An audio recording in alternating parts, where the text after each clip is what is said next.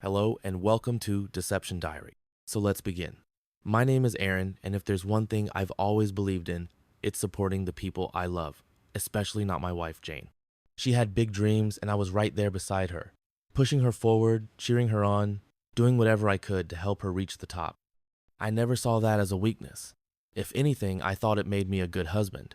But life has a way of proving you wrong in ways you never see coming. Looking back now, I can't help but wonder, was I blind, too trusting, or was I just a fool who believed that love and loyalty were enough? See, when you give someone your full trust, you never expect them to betray it, but that's exactly what happened. I'm not here to sugarcoat anything or make myself look good. I'm just here to tell you the way it happened, exactly how I lived it. Because if there's one thing I've learned, it's that life doesn't care about what you think is fair. It doesn't care about the effort you put in or the sacrifices you make. Jane and I met in college, and from the very beginning, it was obvious. She was different. Jane was laser focused on her future, always talking about her career goals, the kind of job she wanted, the level of success she aimed to reach. She wasn't just ambitious, she was determined, and I admired that about her. I never saw myself as the type to feel threatened by a woman's success. If anything, I wanted to be the one standing in her corner, helping her reach any height she set her sights on. That's just how I was wired. Maybe it was because of how I grew up. My mom was an incredibly smart woman, but she always talked about how marriage had held her back. She felt like she could have done more, gone further, if she hadn't had the weight of family responsibility slowing her down. That stuck with me. I promised myself that when I got married, I wouldn't be the reason my wife ever felt like she had to choose between me and her dreams. So when Jane's career started taking off, when she had to work late nights, travel for seminars, take on extra courses to stay ahead, I didn't complain. I told myself, this is what I signed up for. I'd come home to an empty house more often than not, eat dinner alone, and sometimes go to bed without her beside me. Yeah, I felt lonely, but I convinced myself it was temporary, a necessary sacrifice. I wasn't one of those insecure men who needed their wife to be home all the time to feel like a man. I took pride in the fact that she was out there making a name for herself. If people called me a simp for that, so be it. I didn't care. She was my wife, and she deserved to be the best. But that was not how the story ends. One weekend afternoon, I was sitting on the couch, scrolling through my phone, probably checking emails, when a notification popped up. A message from a number I didn't recognize. At first, I thought it was one of those spam messages, but when I clicked on it, I froze. It was short, just a few words. Your wife is cheating on you. For a second, I just stared at the screen. Then, just as quickly as I opened it, I deleted it. I didn't even think twice about it. People talk and people lie. I knew that better than anyone. Jane was climbing the ranks in her company, and the higher you go, the more enemies you make. That's just how it works. I figured it was someone at work, probably a jealous coworker, or some guy she turned down, trying to stir up drama. And honestly, I wasn't about to entertain that nonsense. I had no reason to doubt my wife. I shrugged it off, convinced myself it was nothing, and moved on with my day like it never happened. Weeks passed, and I had almost forgotten about that strange message. Life went on, as usual. Jane was busy with work, I handled things at home, and we barely had time for long conversations. Then, one evening, my phone buzzed again. It was the same unknown number. My first thought, not this nonsense again. But when I opened the message, my stomach dropped. This time, it wasn't just words. It was photos. Jane standing way too close to a man I recognized from the few times I visited her office. He was one of the top executives, someone she worked with closely. In one picture, they were at a restaurant, sitting side by side. In another, they were at what looked like a hotel lobby, Jane's hand resting on his arm. And then there was the one that got to me the most, her laughing, her eyes locked on his. For a few seconds, I just stared at the screen, my mind racing. I exhaled sharply, shook my head, and replied to the sender. I told them to mind their own business. I didn't entertain it or ask for explanations. Didn't even let doubt settle in. As far as I was concerned, this was just someone trying to stir up drama where there was none. I still trusted my wife, blindly. I remember exactly where I was when I got that third message. It had been weeks since the last one, and honestly, I had convinced myself that ignoring the situation was the right thing to do. Life was easier that way. But then, my phone buzzed and there it was. Another message from the same unknown number. I hesitated before opening it, not knowing that whatever was inside would ruin the fragile hope I had been holding on to. This time, there weren't just photos.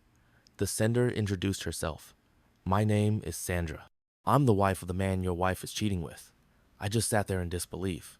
I didn't know this woman, I had never met her. So why the hell was she messaging me? What did she stand to gain from this? A part of me wanted to believe it was some elaborate lie. Maybe she was a jealous coworker, someone who had a personal grudge against Jane or her husband. People do crazy things when they're bitter. But then, the next messages came in. Screenshots. Long exchanges between my wife and this man. Messages that were too intimate. Late night conversations. Things a married woman shouldn't be saying to another man. My hands felt clammy as I scrolled through them. And then came the worst part. A photo. Jane and him. In bed. I stopped breathing for a second. My eyes locked on the screen, unable to look away. I wanted to find something, anything, that could explain this away. But then, Sandra sent the metadata. The timestamp, the location, the date. It was from the work event Jane had attended. The same event she had told me was just for networking and team building. The event where she had texted me, saying she was exhausted and going to bed early. She hadn't gone to bed alone. I don't know how long I sat there, staring at my phone, my mind completely blank. But then, another thought hit me. Why was Sandra telling me all this? She had all the evidence to end her own marriage if she wanted to. She could have gone straight to her husband, confronted him, filed for divorce. Instead, she was coming to me. I finally typed out a response. "Why are you telling me this? What do you want from me?" Her reply came almost instantly. "Because you deserve to know the truth." That was the moment everything changed. My wife was cheating on me. And now, I had to decide what to do next. I struggled emotionally for days. I didn't need a private investigator or follow her around to catch her in the act. Sandra had laid everything out in front of me, piece by piece, until there was no room for doubt. And yet, I still couldn't wrap my head around it. How did we get here? I kept asking myself the same questions, but no answer gave me peace. Should I confront her now? Should I wait? Was there even a way to fix this? I wasn't naive. I knew trust once broken rarely gets rebuilt, but after everything we'd been through, could I just throw it all away? But had she not already thrown it away long before I even knew? I knew that if it came down to divorce, I'd have no problem getting custody of our child. Jane barely had time to be home as it was. The courts would see that. But this wasn't just about custody or lawyers or legal battles. This was about my life being shattered, my reality shifting into something I never expected. I was married to a woman I didn't recognize anymore, and yet I kept my emotions locked up. On the outside, nothing changed. I still moved through my days, handling work, going through the motions like I always had. But inside, it was eating me alive. I'd sit at the dinner table with Jane, watching her act like nothing had changed. While I sat there knowing the truth, weeks passed, and I still didn't have an answer. I was stuck between action and hesitation, not knowing what would hurt more, confronting her or waiting for her to dig her own grave. But then, the decision was made for me. The company party changed everything. One night, Jane told me about their company evening party, but also said she wasn't going. It was just a casual conversation over dinner. That didn't sit right with me. Jane was the kind of woman who thrived in professional settings. She lived for networking, for climbing higher, for making connections that could push her forward. And these company parties? They weren't just social events for her. They were opportunities. She never missed them, not once. But I didn't press her on it. I just nodded and let it go. If she didn't want to go, that was her choice. Who was I to question it? Besides, I had my own work to focus on. I had a busy day on that day, meetings lined up, and I wasn't going to be home much either. So I left it alone. Fast forward to the afternoon of the party's day, my phone buzzed, and when I checked it, I saw another message from Sandra. I opened it immediately. By now, I knew that when Sandra messaged me, it was something I needed to see. The message was a screenshot. Jane and her boss, the executive, texting back and forth, making plans. Not for a meeting, not for work, but for that night.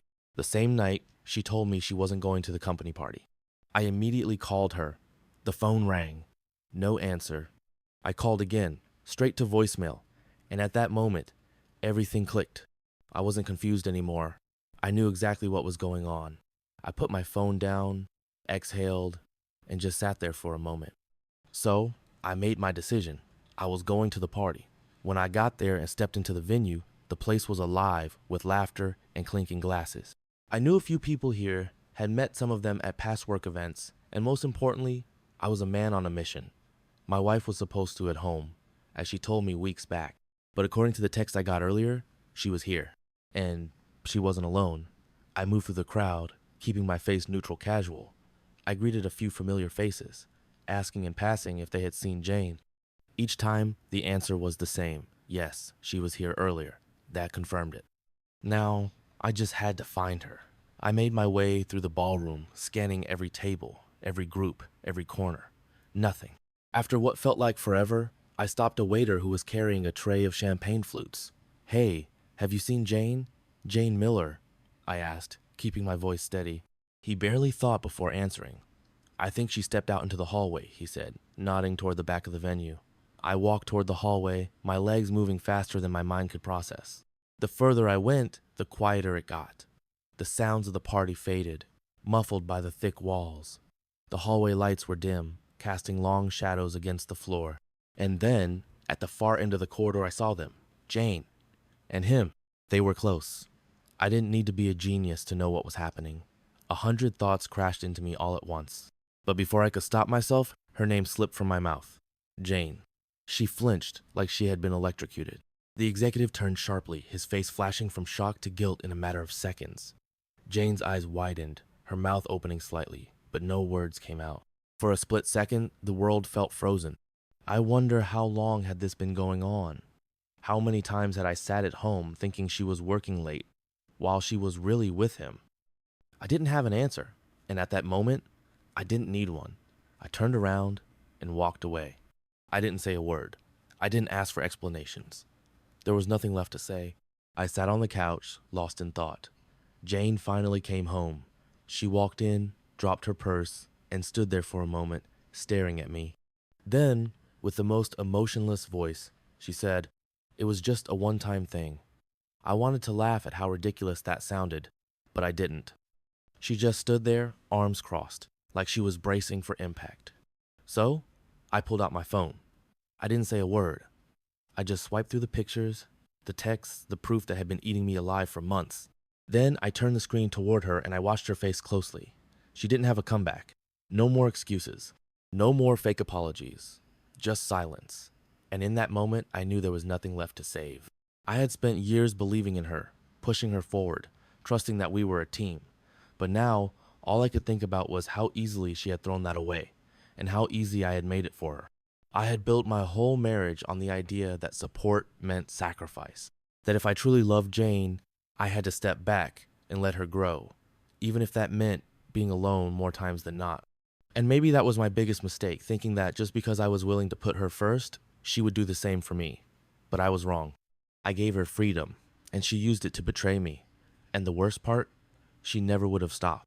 If I hadn't caught her, if Sandra hadn't sent me those messages, Jane would have kept lying to my face, coming home late, kissing me goodnight with the same mouth.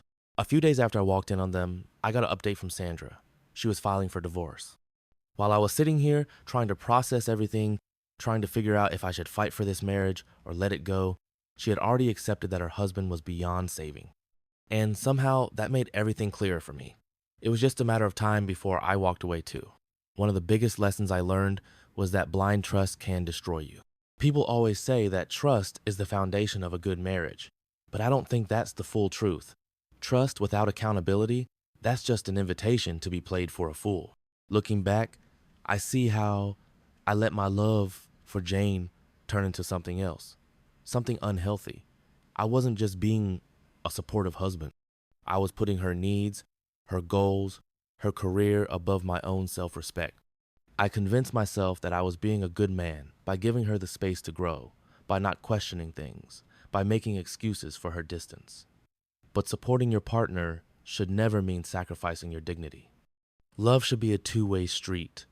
The moment you start feeling like you're the only one making sacrifices, that's the moment you need to stop and really think about what's happening. And let's be real, cheating isn't something that just happens out of nowhere. It's not a one-time mistake. It's a pattern of choices. A series of decisions where someone has the chance to stop but doesn't. Jane didn't trip and fall into an affair. She made a choice to text that man. She made a choice to meet up with him. She made a choice to lie to me, to sneak around, to betray everything we built together. It didn't happen overnight. It happened over time, and I was too blind or too hopeful to see it for what it was. So now I have to ask you, what would you have done if you were in my shoes? If you got that first anonymous message, would you have ignored it like I did? If your wife or husband was coming home late all the time, acting distant, would you have brushed it off? Or would you have started paying attention sooner? I want to know, would you have seen the truth before it was too late? And that brings me to the last thing I keep asking myself. The thought that won't leave my head. I believed I was doing the right thing. But in the end, was I? Dear viewers, if you enjoyed the story, please support the video by liking it and leaving a comment. Thank you very much.